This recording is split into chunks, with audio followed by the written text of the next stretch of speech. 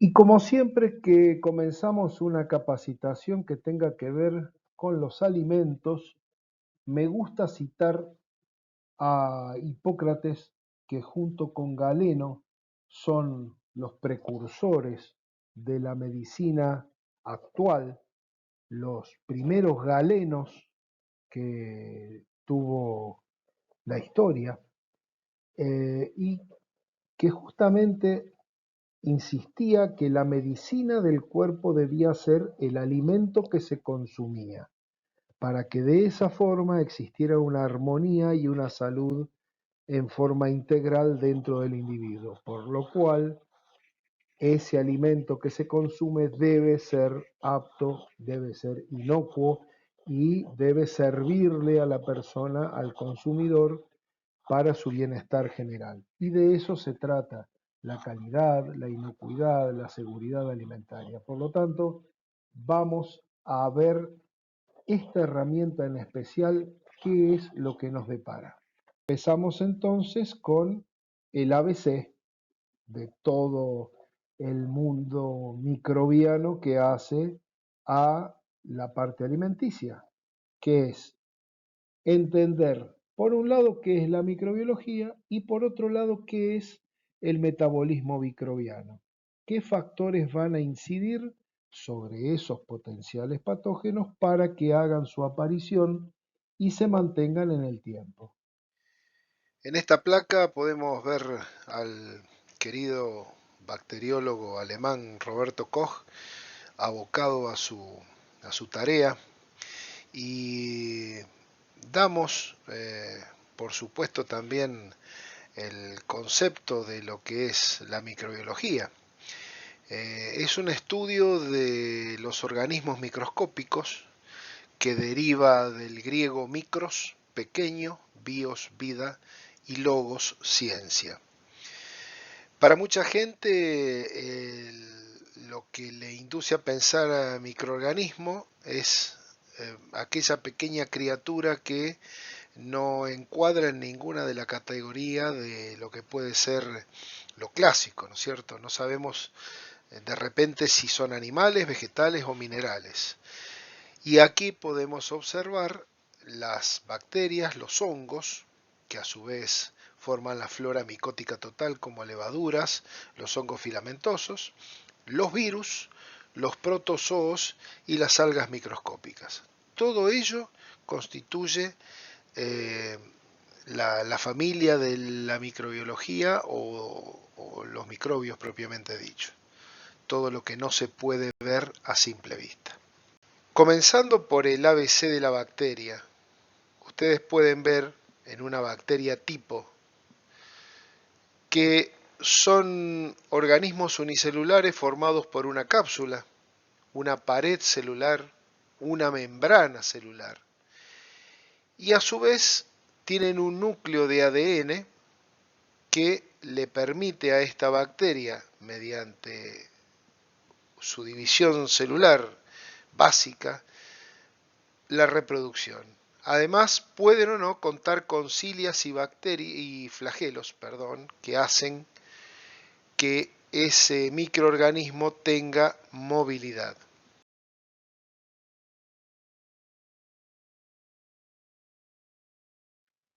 A su vez, los virus son mucho más pequeños. La bacteria la podemos ver con un microscopio óptico. El virus ya necesitamos de un microscopio electrónico para poder observarlo. Y pueden ser microorganismos que tienen una cápsula o envoltura y también pueden estar desnudos, pueden estar desprovistos de esa envoltura. A su vez, también están conformados por un núcleo de ácido nucleico ADN o ARN, dependiendo la patogenicidad del virus o sus características principales. Asimismo, tienen distintas formas, distintos tamaños y por supuesto distinta patogenicidad. Con respecto a la flora micótica total, constituida por los mohos u hongos y las levaduras, son microorganismos que pueden verse en forma natural, salvo las levaduras, y se constituyen en una flora saprófita, es decir, que crece a expensas de otro organismo, por lo general se dan en la tierra, y son totalmente ubicuitorios, quiere decir que independientemente de la temperatura, la humedad, el pH, como vamos a ver después que limitan a los otros patógenos como las bacterias y los parásitos, los hongos pueden crecer prácticamente en cualquier ambiente y bajo cualquier circunstancia. Esto es bastante importante que lo tengan en cuenta porque prácticamente donde pensamos que hay una higiene absoluta, allí incluso el hongo puede medrar y puede crecer y reproducirse. No obstante, tenemos microorganismos que son beneficiosos para la producción de alimentos, como son las levaduras, los hongos, como vemos que desde tiempos históricos el hombre trató, desde la Babilonia antigua, pasando por Egipto, por ejemplo, con la fabricación del vino, de la cerveza, sin saber que usaba levadura para esa fermentación, pero ese proceso de fabricación de alimentos se basa en microorganismos que son beneficiosos para la alimentación. O sea, no todas las bacterias o los microorganismos son patógenos, ni todos son banales. Hay algunos que son beneficiosos como productores de alimentos, otros son agentes de deterioro de los mismos y pueden convertirse en patógenos de acuerdo a la concentración que tengan en el alimento. Por lo tanto, la posibilidad de la alteración microbiana que veíamos en la placa anterior, primero tenemos que tener un sustrato adecuado para el desarrollo microbiano. Segundo, la contaminación con la flora microbiana correspondiente. Tercero, tenemos que darle a esa cepa patógena condiciones de vida favorables, ya sea de temperatura, pH, atmósfera, nutrientes, actividad de agua, etc. Y por último, un tiempo de almacenamiento prolongado para que se reproduzca en cantidad suficiente para producir la patogenicidad. Aquí tenemos una curva clásica de crecimiento bacteriano en donde encontramos una primera fase, lag, y la segunda exponencial, que se encuentran rápidamente elevadas en cuanto al porcentaje bacteriano en crecimiento en un corto lapso de tiempo, donde la bacteria termina de aclimatarse al medio, los números de células se duplican tremendamente porque hay condiciones ideales de crecimiento y de nutrientes. Luego hay una meseta o fase estacionaria en donde los nutrientes se empiezan a agotar y se empiezan a acumular desperdicios y demás que hacen que haya un balance entre el crecimiento bacteriano en sí y la muerte de dichas bacterias. Por último, ya en un lapso más amplio de tiempo, encontramos con que la colonia empieza a envejecer y deja de crecer. Van sumándose elementos de desecho, bacterias muertas, etcétera, etcétera, aparte del agotamiento del medio, lo que hace que la colonia, como dije, se avejenta y si queremos seguir con la cepa viva, debemos repicarla en un medio de... Dentro de los factores intrínsecos a analizar del metabolismo bacteriano, microbiano, tenemos el pH. pH es la potencialidad de hidrógeno que nos hace justamente medir la alcalinidad o la acidez de un medio o de un alimento. Como ustedes pueden ver, partiendo del agua que tiene un pH neutro de 7, hacia lo ácido tenemos prácticamente todos los alimentos conocidos. Y hacia lo básico, lo único que podemos notar de diferencia en lo que es alimentos son los huevos, que están alrededor de un pH 8. Esto sirve para poder regular de alguna manera el crecimiento bacteriano, ya que en la próxima placa vemos que las bacterias se regulan con rangos de pH entre 3 a 4 hasta 9, siendo lo ideal obviamente un pH de 6 a 7, pero siempre tirando hacia lo ácido más que a lo básico. En cambio, como habíamos dicho, con respecto a la flora micótica total, mohos y levaduras van a estar pHs muy bajos de 1, 1.5 hasta 11. Quiere decir que la flora micótica total no está tan influenciada como el pH. Durante miles de años, el hombre ha venido aumentando la acidez de los alimentos para poder preservarlos. De manera natural, habíamos dicho, con la fermentación, o artificial, con el agregado de ácidos débiles. De esa forma, consigue inhibir la proliferación bacteriana. Por ejemplo, el yogur, la cerveza, los pepinitos en vinagre, etc. Con respecto a la actividad de agua, los microorganismos requieren presencia de agua de forma disponible para poder crecer y poder llevar a cabo su función metabólica.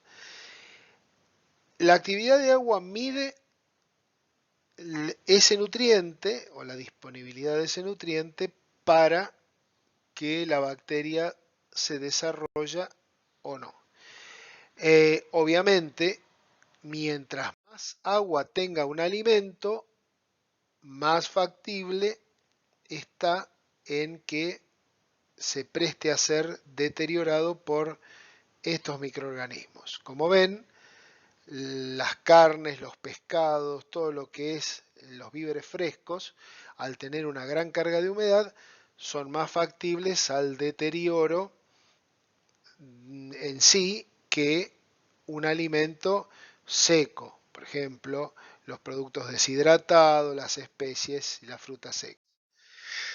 Con respecto al potencial de óxido reducción o potencial redox, no está todavía muy clara la significación que tiene dentro de la microbiología, pero sí es importante saber que todos los caracteres organolépticos, por ejemplo, de color, sabor, etcétera, están dados por la presencia del oxígeno. Quiere decir que el oxígeno puede al mismo tiempo alterar, dándole a la bacteria su nutriente, como preservar un alimento.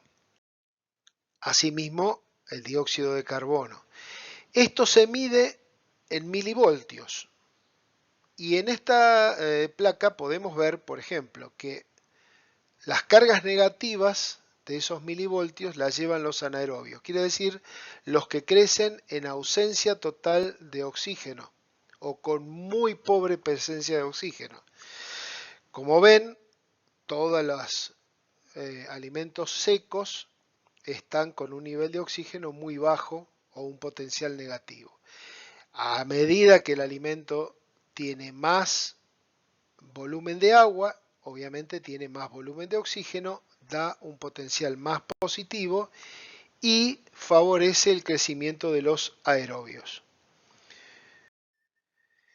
En los factores extrínsecos a analizar lo primero que vemos es la temperatura. Sabemos que a través de los siglos el hombre empíricamente explotaba temperaturas extremas para conservación de sus alimentos. Veía que si los enfriaba, retrasaba la alteración de los mismos. Si los congelaba, prácticamente les daba una duración indeterminada. El calentamiento eliminaba los agentes de alteración microbianos y más acá en el tiempo consiguió, mediante el uso de las conservas enlatadas, eh, tener prácticamente inalterable un producto alimenticio. Cualquier temperatura por encima de esta máxima que vemos nosotros, obviamente que elimina a cualquier microorganismo, sea patógeno o no. Por eso la importancia de cocinar a las temperaturas adecuadas y por el tiempo adecuado el alimento, ya que tenemos una zona peligrosa que alrededor de los 37 grados, en donde cualquier microorganismo puede crecer, sea o no patógeno. A su vez, cuando descendemos la temperatura, algunos organismos mueren y otros no. Es decir, producen lo que conocemos como una, eh, una forma de esporulación que hace que cuando se vuelvan a dar las condiciones, sobre todo de la temperatura óptima, vuelvan a crecer y vuelvan a ser patógenos. En esta placa observamos lo que estábamos diciendo ya con nombre y apellido, los grupos de microorganismos que crecen a distintas temperaturas. Tenemos los psicrófilos, que se expresan alrededor de los 4 o 5 grados, los mesófilos, como el Escherichia coli, que consiguen crecer hasta los 39-40, los termófilos, que crecen a una media de 60, los hipertermófilos, casi 90 grados, y una clase especial de hipertermófilos que pueden crecer hasta 110 grados, pero prácticamente no tenemos conocimiento de patogenicidad después de los 100 grados centígrados. Acá en esta tabla podrán apreciar los valores promedios en donde tenemos la columna central de grados centígrados óptimos, en donde crecen cada uno de ellos, y las mínimas y las máximas para cada grupo. Avanzando en el metabolismo microbiano, podemos encontrarnos con ciertas cuestiones que hacen que, por ejemplo, ayuden a mantener un alimento, como es el caso de las sales de curado. En principio, el nitrato sódico era el responsable de la aparición del pigmento rosa de la carne. Y más tarde se comprobó que era el nitrito y no el nitrato lo que daba esa coloración. Obviamente lo que se trata de hacer en este sentido es utilizar la sal para eliminar el agua. Quiere decir que si nosotros producimos un alimento seco, tratamos de sustraerle ese nutriente básico a la bacteria o al microorganismo y por lo tanto no desarrolla. El ejemplo más claro es el jamón crudo. Con respecto a las radiaciones ionizantes, bueno, también es un elemento válido para prevenir la proliferación bacteriana, pero tenemos que es inadecuada. para ciertos alimentos, sobre todo los que son ricos en grasas, porque eh, provoca mucha rancidez y sobre todo tiene una acción catalítica en la oxidación de los lípidos. Por esto es muy importante restringir en los lácteos y sobre todo utilizamos la radiación ultravioleta para cámaras de refrigeración de carnes rojas y carnes blancas. Y tratamos de evitarlo en verduras, por ejemplo, verduras y frutas, ya que decolora las hojas y las pulpas.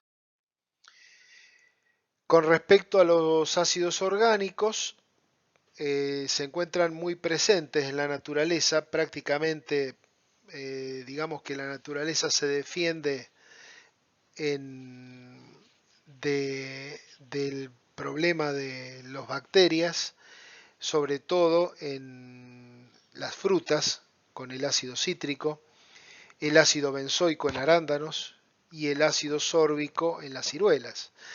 Es decir, nosotros tenemos que, habíamos dicho, la mayoría de los alimentos son ácidos, pero además nosotros podemos incorporar a una mezcla estos ácidos orgánicos a fin de evitar proliferación bacteriana, pero hay alimentos que ya naturalmente los traen.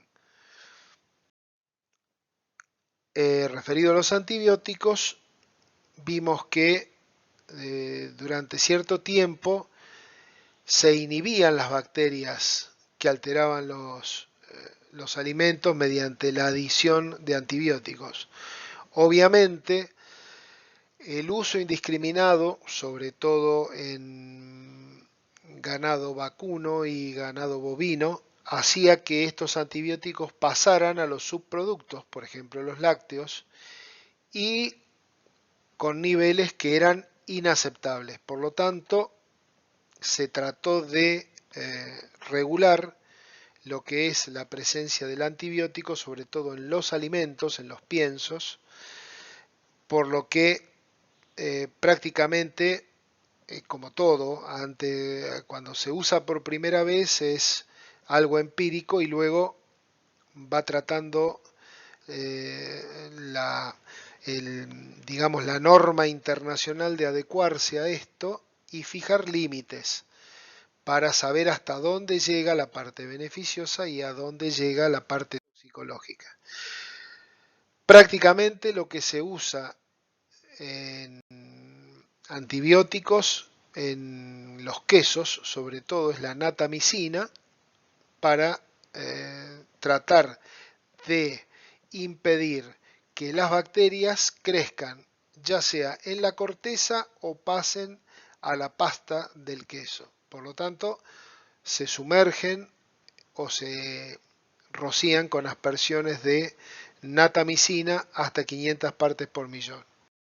Sabemos que el envasado de un alimento es, eh, digamos, el vehículo, por decirlo, como para que nos preserve la calidad del mismo. Y además tiene por función proteger los daños que ese alimento puede sufrir durante su almacenamiento, su transporte o su distribución.